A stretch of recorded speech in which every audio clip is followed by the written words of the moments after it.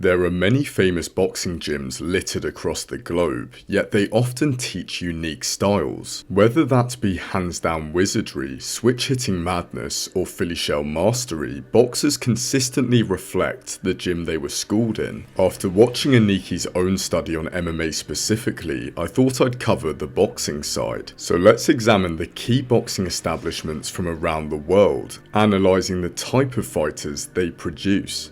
Now, I love exploring boxing culture in countries and have therefore created a retro Cuban boxing t-shirt.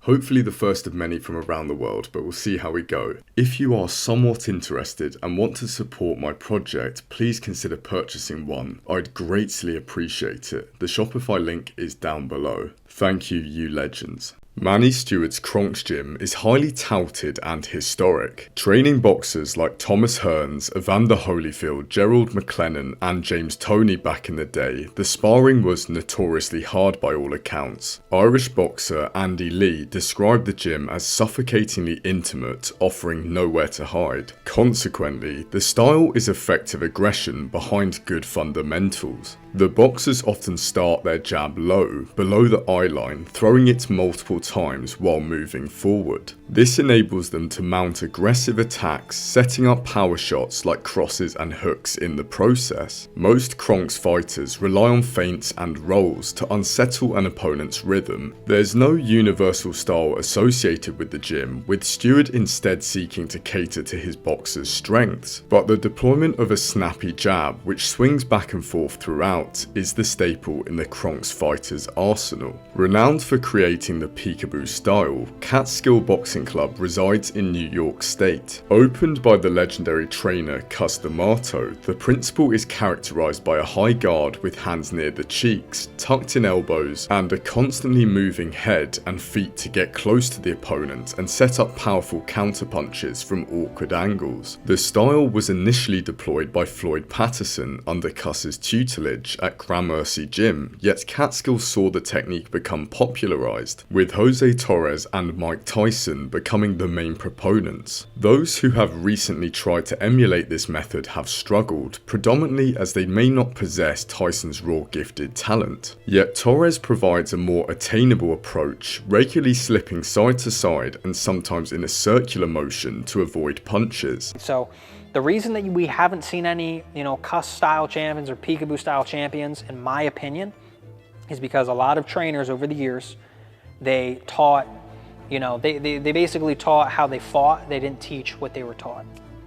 Okay, they didn't teach the style in its purity. Sadly, with Cus's death in November 1985 and his assistant Teddy Atlas moving away, the style has not achieved the notoriety of the past and appears to be now taught in a watered down format. Opened around 2007 when Floyd Mayweather was preparing to fight Oscar De La Hoya, Mayweather Boxing Club has become a factory for producing talent. The gym culture is brutal, utilizing the Philadelphia sparring method where a boxer is confronted by a new, fresh fighter after each round. This has obviously refined the defensive capabilities of its fighters to cope with the immense intensity. It's tough competition. It could go either way.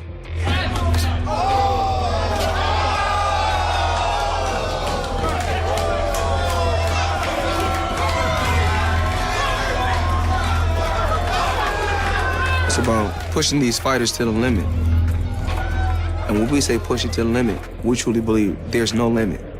Those schooled in the gym like Gervonta Davis, Adrian Broner, the up-and-coming Kermel Mutton, and of course Floyd Mayweather, utilise the Philly shell, often turning very side-on to both narrow the target to aim at and roll and level change off the centre line. Their weight is usually rested on the back foot, while the offhand protects the other side of the head. Mayweather specifically loved catching opponents' punches before firing back sharp counters. For this gym style, reflexes and timing are key, meaning you need a constant laser focus, so the gym isn't for the faint-hearted. Headed by the Hall of Fame trainer Nacho Beristan since 1992, the Romanza Gym in Mexico City is steeped in history, producing Mexican warriors from Juan Manuel Marquez and Ricardo Lopez to Daniel Zaragoza and Humberto Gonzalez. The gym is known for its intense, no-nonsense training environment. Being stripped down to only essential equipment, boxers are constantly seen delivering vicious hooks to heavy bags or involved in manic sparring sessions. The fighters are trained for explosiveness and to dominate with relentless inside fighting. Trainers tend to wear coach body protectors, encouraging boxers to throw punches to both the body and head. It's therefore no wonder that the organisation has produced 30 world champions, with many being seasoned brawlers with exceptional body shots in their repertoire. Located in Winkerbank, Sheffield, the Ingle Gym has nurtured top-tier talent for decades, with Irish trainer Brendan Ingle being the architect behind it. Three-time world title challenger Harold Graham played a pivotal role in fashioning the newly emerging Ingle style, but Brendan would be key in implementing it. Under his tutelage, Prince Nassim, Johnny Nelson, Junior Witter and Kell Brook made major strides on the world stage. But the Ingle style was incredibly distinct from the durable upright technique of British fighters in the past. You say you've always got to keep your hands up.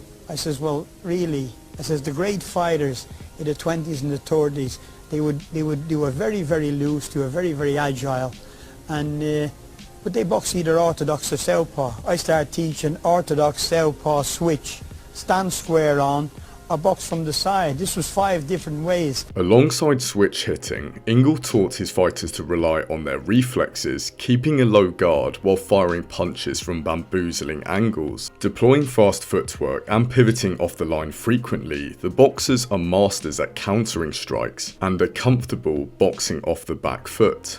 Located in East London, Peacock Gym has developed some of Britain's greatest boxers over the years, with Lennox Lewis, Frank Bruno and Henry Cooper being notable standouts. With more recent exports like Anthony Yarde and Daniel Dubois, the gym is renowned for focusing on the fundamentals, insisting upon a high guard and mainly fighting on the outside. Like with Lewis and Bruno, it breeds boxers who throw accurate and powerful jab crosses while deploying a pendulum step to close the distance.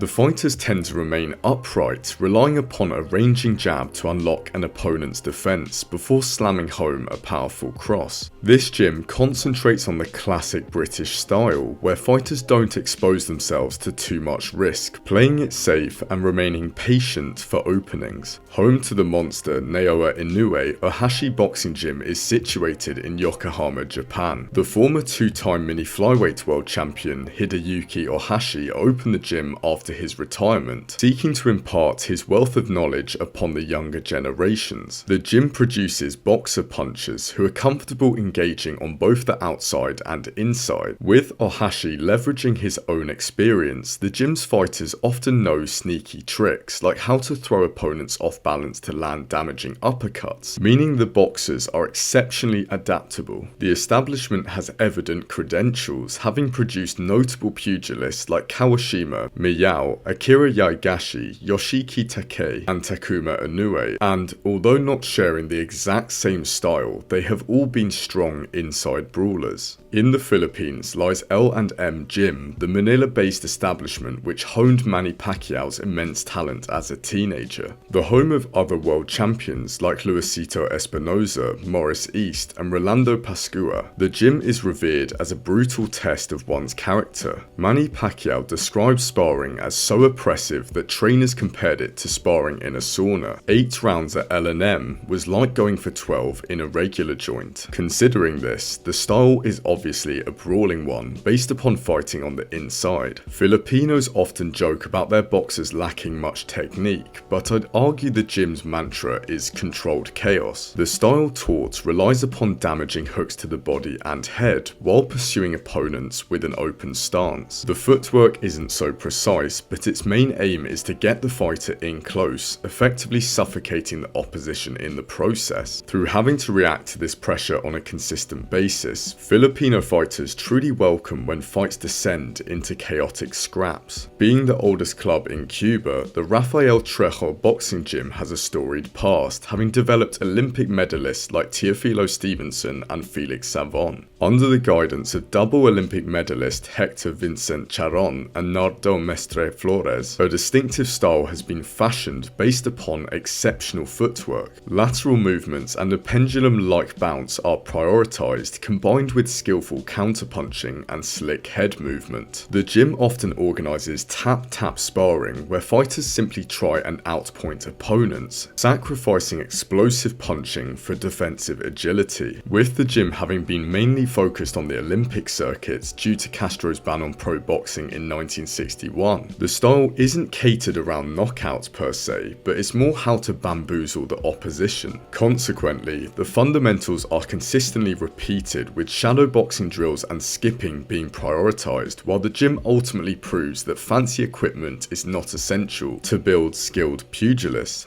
But now I really want to hear what you guys think. Have I missed any boxing gyms teaching bizarre or wacky styles? What sort of technique does your own boxing gym preach? Leave your comments down below. There are obviously a ridiculous amount of boxing gyms across the globe, yet I've tried to highlight some of the main ones in this video. If you'd like a part 2 where I cover some of the ones I've missed, then let me know by leaving a like. Thank you so much for watching, guys. Please consider checking out the t-shirts down below. There's a limited number.